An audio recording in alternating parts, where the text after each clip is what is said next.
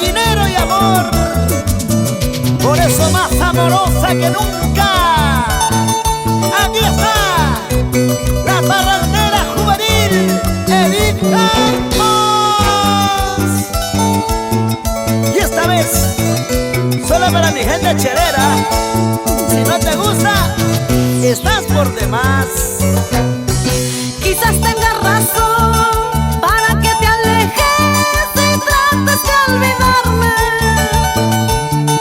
Quizás tengas razón para que te alejes y trates de olvidarme. No nos comprendemos, es mejor separarnos. No nos comprendemos, es mejor separarnos. No me debes ni te debo, estuve haciendo cuentas. Solo quedan los recuerdos que debemos olvidarlo. No me debes ni te debo, estuve haciendo cuentas. Solo quedan los recuerdos que tenemos que olvidarlo.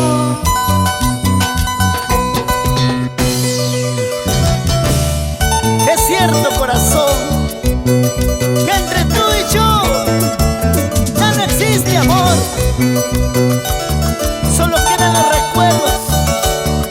No sé qué signifiqué en tu vida, como quisieras saber.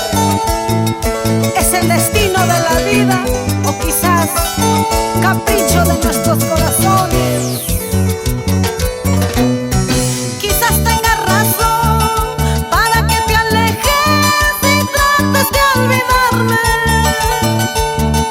Quizás tengas razón para que te alejes y trates de olvidarme.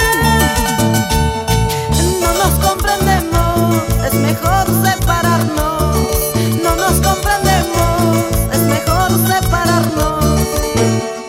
No me debes ni te debo, estuve haciendo cuentas. Solo quedan los recuerdos que debemos olvidarlo. No me debes ni te debo, estuve haciendo cuentas. Solo quedan los recuerdos que tenemos que olvidarlo.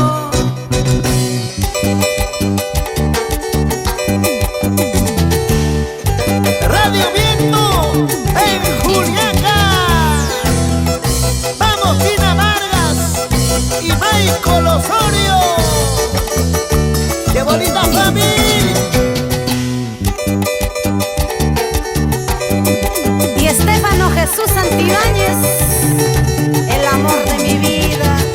Goza la vida amoroso, esa movida, esa cintura, suavecito, suavecito, suavecito.